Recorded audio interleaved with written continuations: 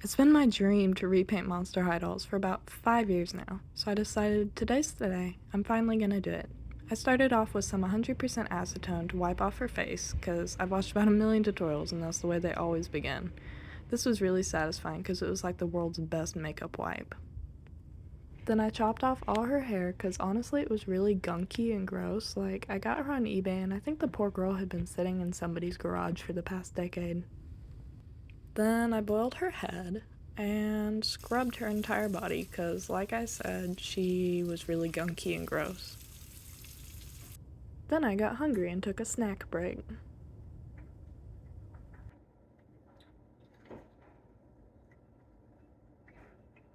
Then I boiled her head some more, and I stuck a screwdriver up there to scrape all the hair out.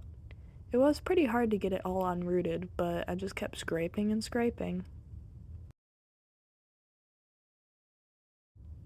I tried to iron this hairpiece, but of course it was synthetic hair, so it melted. On to plan B. I have this stash of mysterious human hair. Perfect for a doll. So I laid some of the hair out in thin layers and glued it together. Not disturbing at all. Then I sanded her down, which, in hindsight, I think might have been unnecessary. And I used air-dry clay to make some alterations to her body type. I wanted her waist to be a little bit thicker. I used bakeable clay for her hands because the air-dry clay kept drying too fast for me to get the amount of detail that I wanted. And I glued that onto her arm using super glue and held it in place for what felt like a century.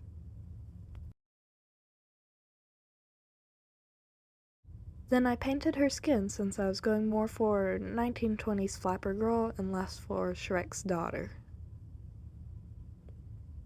I just used acrylic paint for this. And I set it all in place with Mr. Super Clear, which I accidentally got glossy instead of matte, but I really liked the shine it added to her face.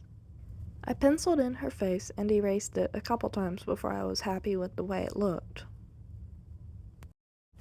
Then I painted it with acrylic paint, which I really didn't film much of this process, unfortunately.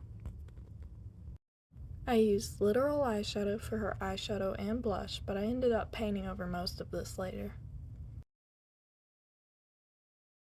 And I failed to film any of this, but I made her a wig cap paper mache style out of layers of fabric and glue. Then I glued the hair wefts I made earlier onto that. But I ran out of hair before I could cover the back of her scalp.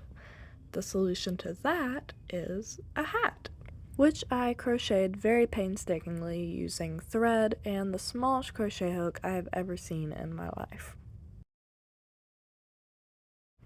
I was so happy with the way it turned out, and because I painted her scalp hair color, you can't even tell she's bald under there.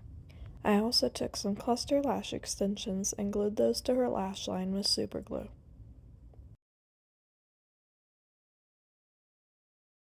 I am beyond happy with the way she turned out, especially her outfit, which I have zero footage of my making, but a bunch of really cool photos my brother took of the finished product.